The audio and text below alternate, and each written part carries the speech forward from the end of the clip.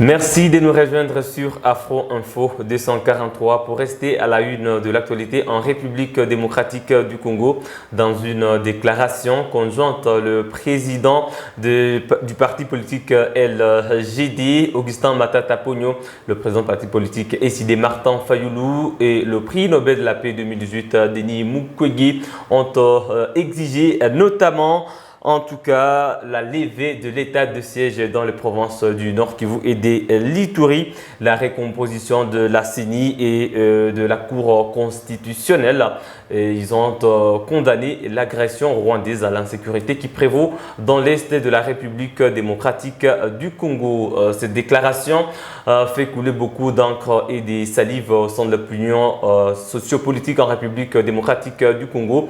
Nous allons décortiquer point par point, surtout des points assaillants, pour essayer de comprendre la quintessence de cette déclaration avec notre invité du jour que vous allez découvrir dans un instant. Mesdames et messieurs, restez avec nous.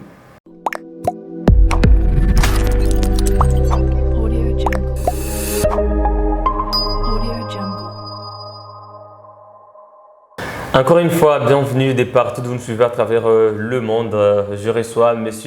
Johnson Boutaragaza, qui est le président fédéral du parti LGD, cher à l'ancien Premier ministre Augustin Matata Ponyo. Bonjour M. Johnson Ishara et bienvenue. Bonjour à vous, bonjour à tous les téléspectateurs et tous les Congolais qui nous suivent partout au monde. Voilà, c'est peut-être une question que d'aucuns se posent. Ce genre de coalition entre Matata Ponyo, l'opposant, Martin Fayulu, le docteur Denis Mukwege. Est-ce une coalition circonstancielle ou juste c'est pour des intérêts politiques?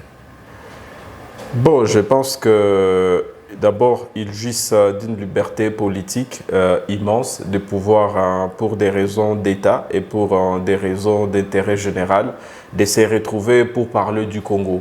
Et à tout moment, ils sont libres, ils sont également disposés à parler du Congo, surtout pour des questions qui semblent être pertinentes, comme vous l'avez dit, la composition de la CENI, la question de la sécurité à l'Est, également la Cour constitutionnelle, et bien sûr le vécu quotidien du Congolais. Denis Mukwege, le lauréat du prix Nobel de la paix, on l'a suivi dans beaucoup de ses sorties médiatiques, que ce soit à l'intérieur comme à l'étranger. Il a dénoncé ce qui se passe, que ce soit dans la gouvernance, que ce soit également dans la gestion de cette guerre.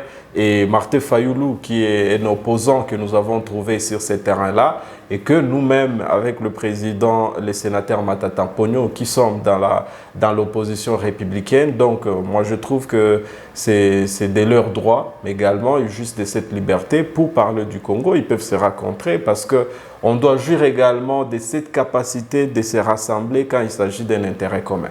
Avant de parler d'autres points, nous allons un tout petit peu rester sur l'agression rwandaise ou l'insécurité dans l'Est. Il y en a qui pensent que les trois hommes politiques sont en train de diaboliser un régime qui est en train de combattre pendant ces temps l'agression rwandaise et surtout cet activisme en 23 soutenu par le Rwanda. Est-ce que c'était le moment opportun de sortir une telle déclaration? Oui, c'est le moment opportun. Pas du tout. Ils ne sont pas en train de combattre un régime qui est en guerre, mais plutôt nous pensons que autant les garants de la nation, les commandants suprêmes, le magistrat suprême, c'est le chef de l'État. Et qu'à un moment, nous avons accepté que cette mobilisation nationale soit vraiment une question de chaque Congolais. Que ce soit Martin Fayulu, que ce soit Denis Mukwege, que ce soit le président, le sénateur Matata Ponyo Mapon, tous ont pris une position radicale face au Rwanda. Et ils ont demandé à tout le peuple congolais de se mobiliser pour faire échec à cette guerre d'agression. Et de l'autre côté, il y a une mobilisation qui est lancée, mais autour du chef de l'État, on sent plutôt qu'on a lancé une campagne de cohésion nationale, mais il y a des gens qui sont en train de vouloir saboter cette cohésion, parce qu'il ne suffit pas de le dire, mais il faut le prouver par les actes. Et aujourd'hui, nous sommes également dans une situation de l'état de siège, comme vous l'avez dit. Mais il y a des choses qui énervent l'opinion nationale et la conscience collective quand dans cette même situation d'état de siège, vous êtes sans ignorer que maintenant là, nous avons l'EAC qui est venu avec son armée, nous avons des casques bleus qui sont en train voilà, la région est devenue de plus en plus similitarisée, comme si on est en train de quitter vers nos capacités internes de défendre notre pays, vers une sous-traitance de la sécurité. Et ça, c'est inacceptable. Alors, si on va y aller comme ça, pourquoi on parlerait de l'état de siège? L'état de siège, c'est-à-dire, ce sont les militaires qui vont imposer l'ordre public par la force. Et la force, c'est-à-dire mettre l'ennemi hors d'état de nuire. Alors, pourquoi on pense qu'on doit mettre fin à l'état de siège? Parce que cet état de siège-là a montré ses limites. Ça, c'est un. De deux, c'est que on ne peut pas également accepter qu'au même moment que l'EAC, avec son armée, ils viennent de nous créer une sorte d'état tampon, d'une zone tampon vers Kibumba, où de l'autre côté, les FARDC ne peuvent plus. Donc, il y a une zone impénétrable qui vient de créer. Et dans un état de siège, c'est inacceptable. Et là où nous sommes en train d'aller, le troisième volet, c'est que par rapport au processus électoral, la crainte, c'est que dans des zones à guerre aujourd'hui, eh bien, le président de la République risquerait de trouver des alibis pour dire il n'y aura pas enrôlement au mois de février compte tenu de la situation précaire qui reste dans ces côtés. J'ai vu aussi des chiffres quand même, quand dans cette déclaration on parle de 1000 quelques centres au Kasaï, on fait la proportion au Nord Kivu, mais d'où sont venues toutes ces révélations? Non, les révélations, ce sont les rapports de la CENI. Parce que quand on fait la répartition des circonscriptions et des centres d'enrôlement, on fait également allusion à la capacité démographique. Est-ce que là, on est en train de chercher à nous faire croire que les Kasaï aujourd'hui est devenu plus peuplé que les sites Kivu, le Nord Kivu, le Maniema réunis? C'est inacceptable. N'oublions pas également que derrière ça, il y a l'autre volet de la manière dont le président Félix et la CENI, ils ont décidé de faire la sélection des pays de la diaspora qui vont participer à l'élection. Mais on ne peut pas l'oublier. Quand on parle de l'Afrique du Sud, on parle du Canada, on parle de la France, on parle également de la Belgique et de l'Angleterre, des États-Unis plutôt. On comprend quelle est cette diaspora qui est visée. Mais notre bonne question, est-ce qu'on oublie qu'en Ouganda, ici à côté, il y a plus de Congolais? Est-ce qu'on oublie qu'au Burundi, il y a des Congolais? Et non, nous continuons à poser cette question et je vous informe ici que ce soit un membre de la CENI, que ce soit le membre du gouvernement, personne n'a été à mesure de nous dire sur base de quel élément ils ont retenu ça, ces 5 pays. Ils ont consulté qui? Parce que quand on parle du processus électoral, on tient compte également des États partis, c'est-à-dire des parties prenantes au processus. Et le partie prenante, ça également, quand on parle de l'opposition, c'est une partie prenante non négligeable qui doit être également consultée et donner son avis. Mais ce qu'on est en train de constater, ce n'est pas le cas. Et je pense que vous allez revenir sur la question également de la composition de la CENI, on va y revenir. Mais pour nous, en tout cas, la question du Nord Kivu, l'état de siège a montré ses limites. On doit lever pour que la province soit gouvernée. Aujourd'hui, on ne sait même pas dans quelle administration nous sommes. Une administration des militaires qui devient de plus en plus très très serrée. On ne comprend plus ce qui se passe. Il n'y a rien qui s'est fait du point de vue développement parce que tout ce qu'on nous dit, on est en guerre. Mais entre-temps, on fait quoi? Parce que cette guerre-là que vous êtes venus, soi-disant par l'état de siège, éradiquée, mais on a compris qu'au lieu que ça puisse prendre fin, plutôt ça s'est intensifié à une vitesse incroyable. Il faudrait éclairer la lanterne. Ce n'est pas l'état de siège seulement qui doit mettre fin à une guerre. Même en dehors de l'état de siège, l'armée a ce rôle régalien de protéger l'intégrité du territoire national congolais. Parce qu'il y a des Congolais de la diaspora, notamment, qui pensent que quand on lève l'état de siège, ça veut dire qu'il n'y aura plus de guerre, que l'armée ne doit plus combattre. Non. Il faut que les gens comprennent cela. Quand on demande la levée de l'état de siège, ce n'est pas à dire qu'on demande à l'armée de ne plus protéger l'intégrité de son territoire. Voilà. Donc là, je pense que vous avez compris. Donc, même en demandant l'état de siège, moi, je pense que les 3 hommes politiques sont en train d'aller dans la logique du président Félix. Parce que le président Félix venait de nommer déjà des maires de ville, des bourgmestres, des administrateurs. Sachant qu'il y avait dans ces mêmes provinces dont on vient de nommer des administrateurs, des maires de ville, des bourgmestres, il y avait d'autres qui jouaient ces rôles en militaire ou en policier. Ce qui veut dire, lorsqu'il y a maintenant une ordonnance présidentielle, ça prend effet à la date de sa signature.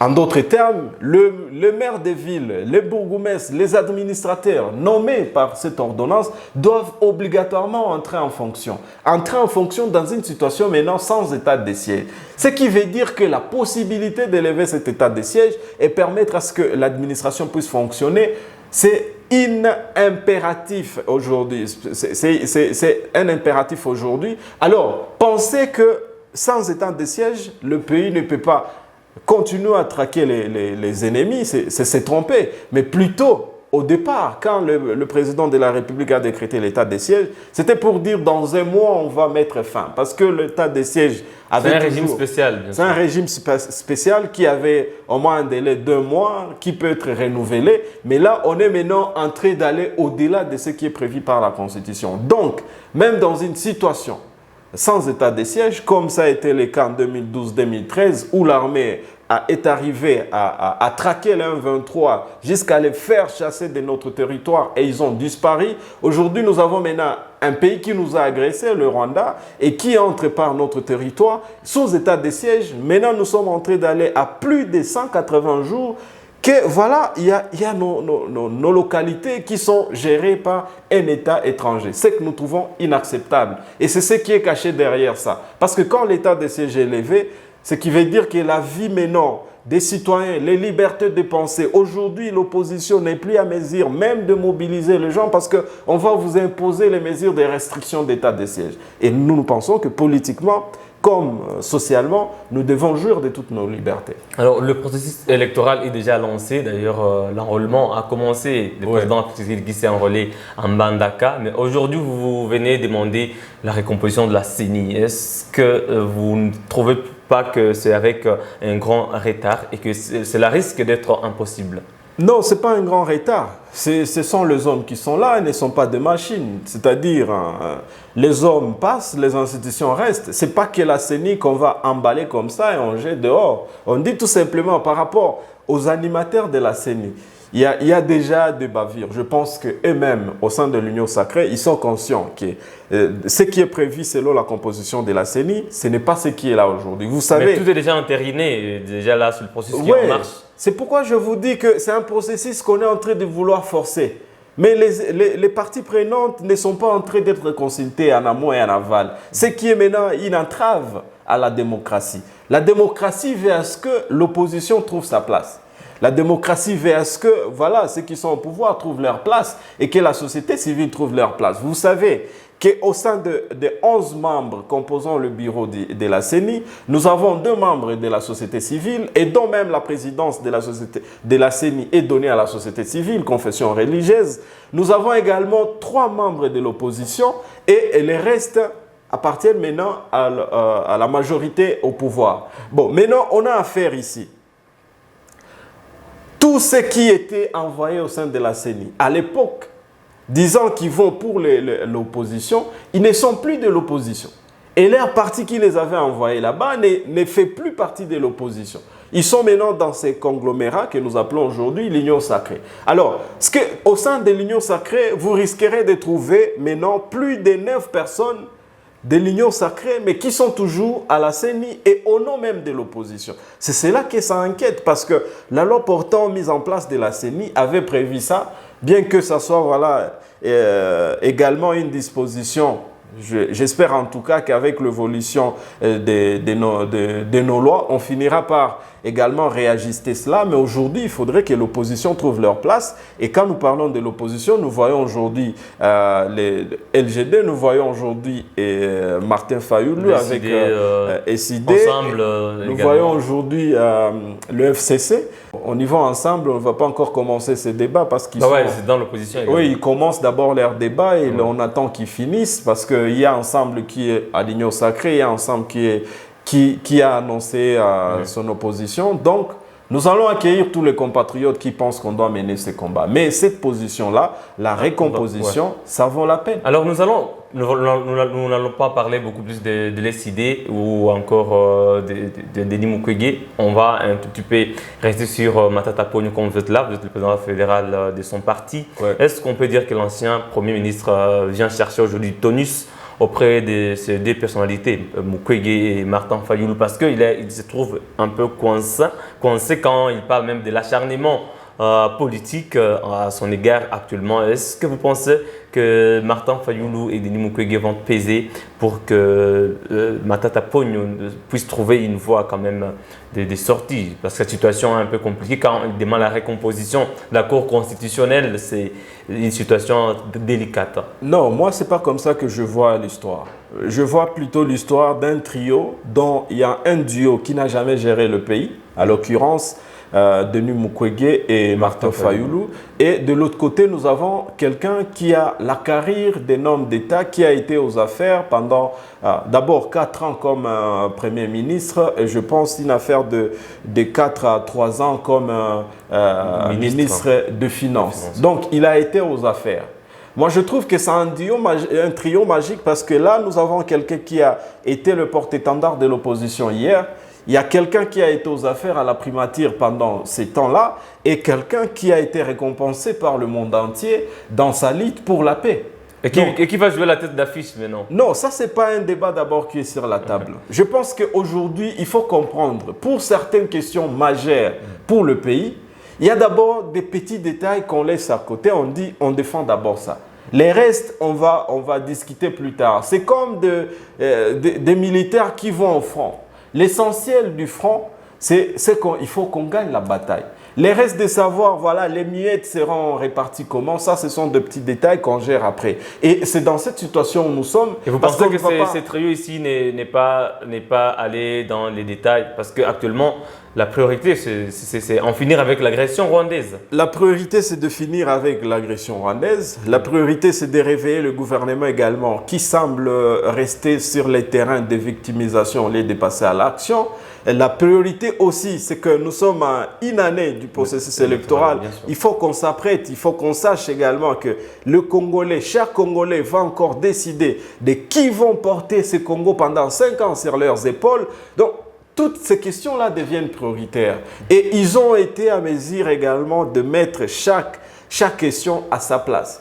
Ils ont dénoncé l'agression du Rwanda et ils ont condamné l'attitude du Rwanda. Ils ont également demandé que nous devons continuer à nous mobiliser comme un seul peuple et ils ont demandé qu'on mette fin à l'état de siège pour permettre aux administrateurs, aux politiques de gérer la province et que l'armée continue son front parce que nous l'avons dit, LGD Nord Kivu a dit, nous ne sommes pas d'accord avec une zone tampon dans notre province dans une situation d'état de siège. C'est inacceptable. Même sans état de siège, on ne peut pas continuer à faire sous-traiter notre sécurité. Et ils ont relayé ça. Quoi de plus normal de comprendre qu'ils sont en train d'attaquer chaque problème en fond. Aujourd'hui, la justice, vous savez, M. Jospin, aujourd'hui, même les étudiants de Jean 1, je suis passé à la faculté de droit à l'ILPGL, à l'INIGOM.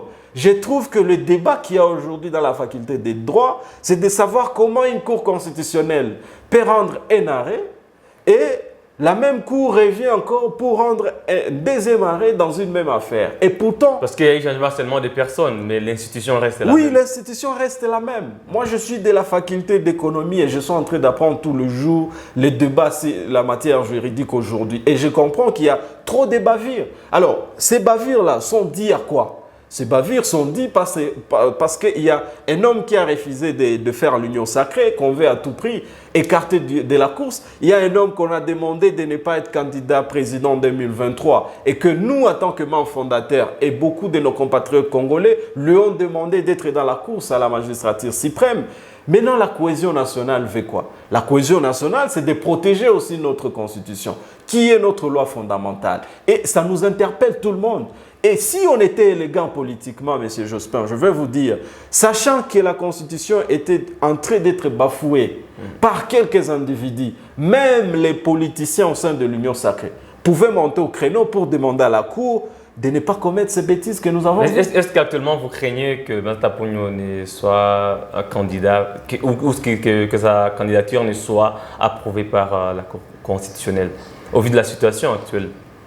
Les animateurs de la Cour constitutionnelle ne sont pas au-dessus de la loi. Le président de la République n'est pas au-dessus de la loi. Ils le savent. Ils ont commencé leur guerre froide par beaucoup de stratagèmes. Je pense qu'ils sont en train de constater que cet homme qui veut l'abattre ne mérite pas ce sort-là. Et que voilà, advienne ce que pourra, LGD et son président sont vraiment destinés et déterminés à déposer cette candidature en 2023. Et nous allons la déposer, bien entendu, avec le soutien populaire et cette liesse déjà qui est en train de s'afficher. Nous sommes dans un pays démocratique. Je pense que ce serait important quand même qu'il y ait ces challenges. S'il y a des candidats de l'opposition de la majorité, ça ferait du bien. Mais qu'est-ce qui peut faire à ce qu'il y ait un acharnement sur la personne d'Augustin Matata Ponyo selon vous? Parce qu'il y a Martin Fayoul qui est aussi là, qui ne pose pas de problème. Il y a beaucoup d'autres candidats qui se sont déclarés ou qui vont se déclarer. Pourquoi Matata Ponyo, lui, évoque un acharnement politique? Donc, c'est un acharnement pur et simple. Je vous ai dit d'abord, en matière de procédure au sein de la Cour, c'est inacceptable. Scientifiquement, ça ne se comprend pas et on comprend tout simplement que c'est un jeu politique. Et pourtant, quand on commence à politiser les institutions de l'État, déjà, ça devient un danger. Et pourquoi seulement? La bonne question. C'est une très bonne question. Pourquoi seulement lui? Tout simplement parce qu'il fait partie des hommes rares à avoir eu de bilan. Il est à mesure d'avoir un discours à son peuple par rapport déjà à ses perspectives de gestion du pays lorsqu'il va accéder à la magistrature suprême, sachant qu'il reste maintenant, il semblerait être parmi les candidats incontestables, incontournables pour battre l'Union sacrée malgré tout ce qu'ils ont eu à faire pendant toutes ces 5 années qui vont déjà clôturer d'ici là. Et en politique, maintenant, ils ont choisi, au lieu de choisir la guerre d'intelligence, la guerre des idées et laisser le peuple pouvoir décider, ils préfèrent éliminer petit à petit tous les potentiels candidats. Vous savez déjà qu'avec le sénateur Matata, ils ont commencé, ils ont ouvert des dossiers. Le dossier des arianisations qui a été également un fiasco parce qu'ils se sont trompés. Les dossiers Boukangalonzo qui restent jusqu'à aujourd'hui vides et leur tendance, c'est vouloir maintenant écarter cet homme. La deuxième personne, c'est Katumbi. Vous savez qu'il n'y a que hier quand il a dit moi, je quitte l'Union sacrée parce que je ne t'ai plus écouté et je trouve que le pays est en train d'aller vers le gouffre. Vous avez vu beaucoup de dossiers qui sont revenus sur lui et même en train de vouloir tripatouiller son identité. Denis Mukwege, quand il a montré également ses positions politiques, il y a aujourd'hui maintenant toutes ces directions fiscales qui commencent maintenant à le mettre à mal pour chercher. Donc, on peut faire la politique autrement. Oui. On n'est pas obligé de se battre tous les jours inutilement, ça ralentit le développement du pays, mais le mieux c'est de savoir, lui peut faire quoi, dans quoi et à quel moment, au lieu qu'on reste chaque fois en train de gérer le pays sous une tension de guerre politique. Ça n'avantage à rien le peuple congolais. Un dernier mot, M.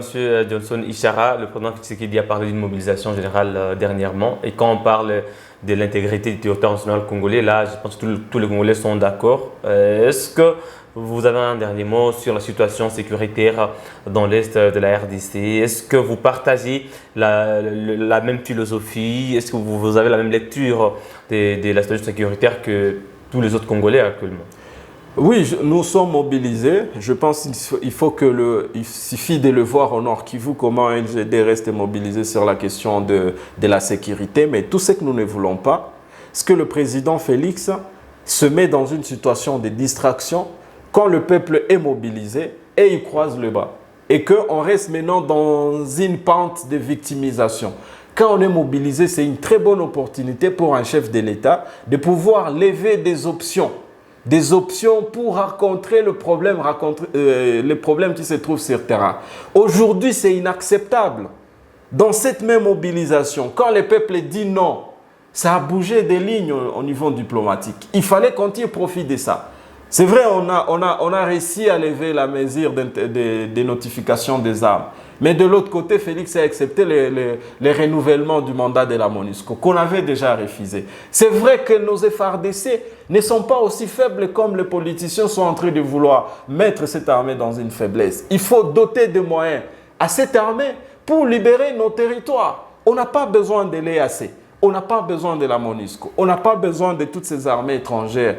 On a besoin qu'on puisse faire confiance à notre armée, qu'on donne tout ce qu'il faut de nécessaire. Et puis, il faut donner quand même les commandements de cette armée, surtout dans ces fronts Nord Kivu, aux loyaux hommes et nous pouvons mettre hors d'état de nuire tous ces ennemis-là qui continuent à blaguer avec notre intégrité. Mais nous n'accepterons jamais, nous disons encore jamais, que notre sécurité soit sous-traitée. Et si le président de la République continue comme ça, il faudra alors qu'il construise encore beaucoup de prisons parce que les Congolais ne vont pas admettre ça. Si on sera arrêté pour ça, on sera prêt à défendre notre pays parce que c'est l'unique que nous avons. Merci beaucoup, très cher Johnson Ishara Boutaragaza. Je rappelle que vous êtes l'un des plus jeunes quand même présidents fédéraux des partis politiques en RDC. Vous êtes président fédéral du parti LGD, cher Matata Pogno, au Nord Kivu. Merci pour votre brillante intervention. Merci également à Front Info de nous avoir invités pour parler de toutes ces questions cruciales pour